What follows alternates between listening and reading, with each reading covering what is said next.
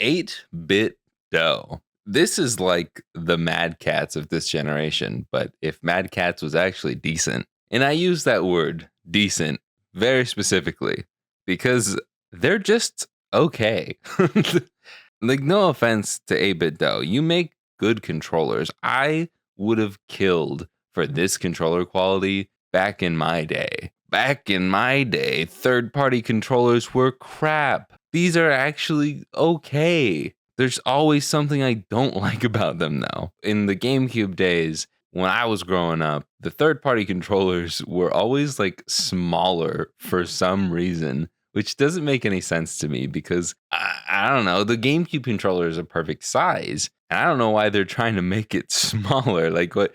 I feel like that takes a lot more engineering to shrink it down, all that technology. Some of them had fans on them. I just remember having the worst Mad Catz controller. It was so small, so uncomfortable. It was not high quality, but I was not happy when I had to use that controller. But it was the only wireless one we had. So, like, that was nice. I could actually sit on the couch. Back in those days, whenever we played the GameCube sat in the middle of the living room floor, in the middle of the carpet, cables stretched as far as possible because the GameCube's controller cord was only so long. The same thing happened with the Wii. I mean, same thing still kind of happens nowadays. If I have friends over, they're either sitting in chairs or on the floor. Meanwhile, I have my Wavebird and I can sit wherever I want. And if 8BitDo was around back then, I don't know if it would have been wireless. But hey, this kind of build quality is awesome. It's cool. Third-party controllers in general have just really stepped up their game. And the sticks are decent. The D-pad's kind of nice. I think this is just the NES D-pad. We've got some analog triggers, decent bumpers. It's even got extra buttons back here that you can map, I think, somehow. It also comes with its own charging stand. It looks pretty cool when it's all put together. And underneath here, there's a USB adapter. There's a lot to this. I don't know how much this one costs. I'll throw it up on screen. Oh, yeah. Now I remember why I don't like it so much. It's a $70 controller. Like, yeah, you've got a charging stand that comes with it, and you've got 2 extra buttons. You have the option between 2.4 gigahertz and Bluetooth, and this will work on more than one console. But all of my consoles came with controllers. I mean, you don't get a Pro controller for the Switch. You have to buy that separately, but the Xbox and the PlayStation come with very high quality controllers. And this is a decent controller, but there's one thing I left out of this. I hate these face buttons. I hate them. They have no travel to them. And I always feel like it's not actually being pressed in. It is, but like the membrane that's used or something about these face buttons, I just can't get over. And another side note, like, yeah, you can use this with multiple different consoles, including PC, blah, blah, blah. It's Nintendo Switch style, you know, it's the Nintendo layout. If I use this on a PlayStation or an Xbox, I would always be confused. I'm just one of those people who, even though I'm not looking down at the controller, I'm thinking, okay, A, B, X, and Y. Or if I'm on the Switch, somehow my brain just switches into Switch mode. No pun intended. I just know A's over here and Y's over here. I don't know why I know that when I'm playing Nintendo. But if I emulate a Nintendo console on my Steam Deck, which is Xbox style, I'm gonna be lost, man. It doesn't make any sense. But anyways, I just don't like these face buttons in general, even if they were the other way around. It doesn't matter to me. And I like membrane buttons. I am one of those weirdos. I don't like the clicky buttons. I like the membrane feel. I don't know what to tell you. But these membranes, I hate. Everything else about the controller is fine, but for $70, man, like, yeah, you get the 3 profiles on there. Cool. And these, cool. I don't need that. And you might be thinking, Jake, why'd you buy it? I didn't buy it. This showed up in my P.O. box, and it wasn't from 8BitDo. There's some guy who sells these on Amazon. I'm sure he's a nice guy, but I also think that he just sends these controllers out to YouTubers. He's like the only person, which I'm grateful for it. I wish more companies just sent things out without having to contact me. He will just send them to me, and then he sends the email with tracking info. And he has not only sent me this controller twice, he has sent me this controller twice. This is the second time I have received a green and purple version of the exact same controller. I did a members only video on these initially because he sent me a bunch of stuff and I just felt bad because I'm sure it's a bit of money. I'm sure this isn't cheap even for him as a distributor, but it's like, I hate this controller. I don't get what is so comfortable about the Super Nintendo. Like, this Super Nintendo style is an iconic shape. When you put two sticks and triggers, as well as the bumpers are still here, this is just not comfortable. There's a reason why we have controller stocks. I need the legs for it to be comfortable, okay? That's why the PSP is uncomfortable. Because if you're trying to use a stick, well, this is better because it's closer in, but then my thumbs are hitting each other. Unless I'm perfectly like this, it just feels like I'm pinching the controller like I'm a crab, and I don't like that because there's nothing to grip onto, man. And so I'm like, okay, I'm in more, so I stick my thumbs out more, and then I'm having a thumb war with myself, and I don't want that. I don't like that. And you would think that because I've been sent these for free, that I'd be more biased, but that's just not true. I didn't ask for this, and I don't like it. This controller shape was fine back in the day, and I'm sure since there is a version of this, I don't know what it's called because SN30 Pro is just does not have a good ring to it. It's not something I'm going to remember. I know it's Super Nintendo, then I don't know what the 30 is, and why is this Pro? Because it has all of the extra buttons for no reason, I guess. It's cool that it's rechargeable with USB-C and all that, but this one doesn't have an adapter for it. Apparently it works Switch, Windows, Android, Apple, and Steam. Cool. But I'm just not gonna use this ever. I don't know what game you would want to use this for. He's like, okay, Super Nintendo games, like platformers, whatever. You could use this with a modern Mario game, it's fine. But like, what do you need the sticks for? There was no Super Nintendo game that used sticks. You think I'm gonna be using this in Fortnite? No.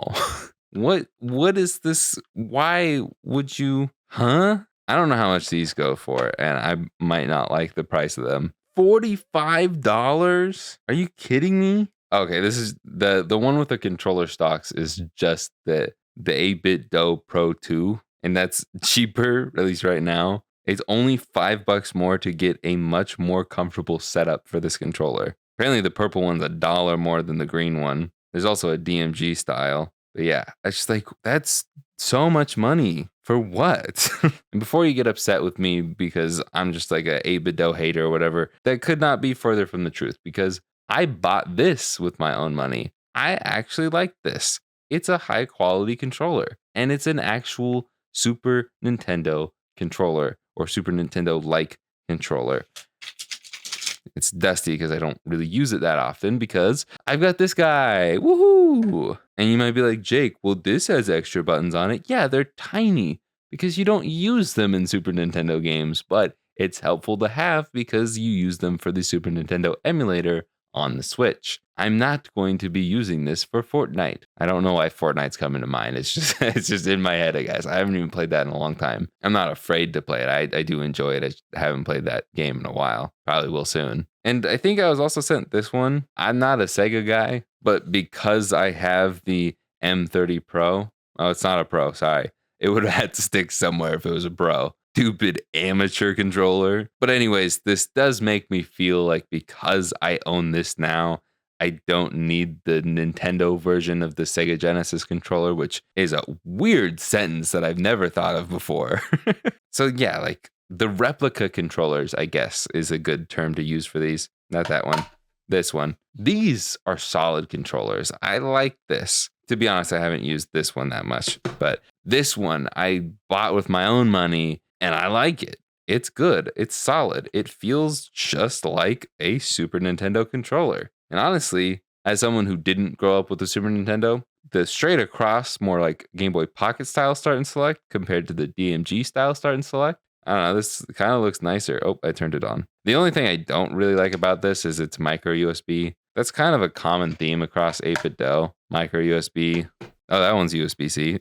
Okay. And I think this one is too. Yeah. It's also got USB-C for the bottom of that. But it's just like, man, half of these controllers I didn't ask for. And surprisingly, the one that I like that I didn't ask for was the Sega controller. Isn't this technically more of a Saturn controller? Because I don't think the Genesis ever had LNR, did it? I don't think so. Maybe the 6-button controller did, but I feel like the 6-button controller was just 6 buttons. Maybe this is just a nice to have because it's for modern devices. Can this work with the Genesis? I don't know. This would be nice to have for the Genesis. But yeah, I'm just like, on 8BitDo. And like these controllers, getting the free stuff from 8BitDo or 8BitDo adjacent, I guess, has made me not want to buy some of their other products. I am really interested in their arcade stick because I made this like arcade frame project that I didn't make any content on. This was just a for me project. And I'm glad I did it that way. It was a lot more fun than I think I would have had making a video about it. It is an arcade emulator fit into a picture frame that is just a screen. The frame is also made by me. It's just molding that I made into something that looks like a frame. And I took the screen from my old arcade machine and stuck it in there. And there's also like a big gap in the panel, or at least behind the panel, where I stuck the Android TV box that I got for the video where I opened up my P.O. box to any of those random companies that send me emails like this guy. I pretty much just combined a bunch of my past projects into one. And the whole purpose of the project was not really to play it necessarily, but to watch the videos of all the different arcade games on my screen. And I think it looks awesome. But also, I can connect a controller and I can actually play all of those games and more because it's a full emulator. It's got emulation station on it. It's nice. But I want to get an arcade stick because it'd be cool to use an arcade stick with the arcade picture frame that I made, even though I'm not really an arcade stick guy. But I've been watching the 8BitDo one because it's the cleanest looking one, the easiest looking one. I think it would work fine with my picture frame. But then I don't like half their controllers. So would I like their arcade stick? I've heard good things about it, but I've also heard good things about this controller and these controllers. The last thing I want to complain about with 8BitDo is not only there is something that I don't like about this that's not the charge port. I really don't care that it's not USB-C. Yeah, I would like USB-C, but micro USB, I still have a ton of those. It's not like I'm going to get rid of micro USB. There's way too many things in this house that use micro USB. But it's also another project that I've honestly always wanted to do, but it's kind of scummy the way they do it. If you didn't know, you can take your Super Nintendo controllers, a real one, an original one, or an NES controller. I think they even do it with PS1 controllers and Genesis controllers, but they make new motherboards with rechargeable batteries that will just fit into the original controllers, and you can turn them into a wireless controller that you can use with newer consoles and even the original consoles. You can even use them with the mini consoles, but there's a catch. It's like a $25 or $30 kit. It's kind of expensive, but you're like, it's a wireless controller that I can use for my consoles. You're like, okay, that's probably going to come with a USB adapter because that's probably what most people have is something to connect with USB and not just the SNES port or the NES port or even the nunchuck port because that's what you need for the mini consoles. No, as far as I'm aware, it doesn't come with any adapter at all. You have to get an adapter with it. So if I want to use this with the NES or SNES mini consoles, I have to use this adapter with this. And that makes sense. I get that. But when I get the conversion kit for the original consoles, it doesn't give me an option for an adapter. I have to buy those separately. And that's like 25 or 30 bucks. This is for the mini consoles. This is the nunchuck jack. I ended up buying this at a convention, and I think I bought it for like $7 or something. But this would cost you like 20 bucks if you bought it from 8BitDo, Amazon, wherever you buy those things from. And so it's like, okay, at that point, why don't I just buy a $40, $45 Super Nintendo controller? Well, you can buy this controller for $30 and it comes with the original Super Nintendo adapter. Or you can buy a conversion kit for I think 25, maybe it's also 30 bucks. And then you have to pay for this that is $20 or $30, or the Super Nintendo adapter that's $20, or probably a USB adapter for $20. Sorry, I'm using this as a placeholder for the conversion kit because I haven't bought one, because this just makes more financial sense. And it's like, man, unless it's just not clear and you do get an adapter with the conversion kit, it's just like, I don't know. I feel like I'm getting screwed over. Why is this more expensive? They do all the work. They put all this together. They have to pay for the shell and the buttons and the membranes. With the conversion kit, I have to bring the other parts. They just got to get me the battery and the board. That makes it cheaper for them. And this one includes an adapter. I have to get my own adapter. Why can't I just have the option to choose one of the 3 adapters, USB, Super Nintendo, or whatever the original console is, because they do it for a bunch of different consoles, or the mini one, USB, Super Nintendo, NES, something. Man, I don't know whether or not to like or hate 8BitDo. They seem cool. I'd be curious to know what you guys think about 8BitDo. I don't know. If you want any of these controllers, I'm going to put them up on my website in the garage sale section. Get them out of my sight.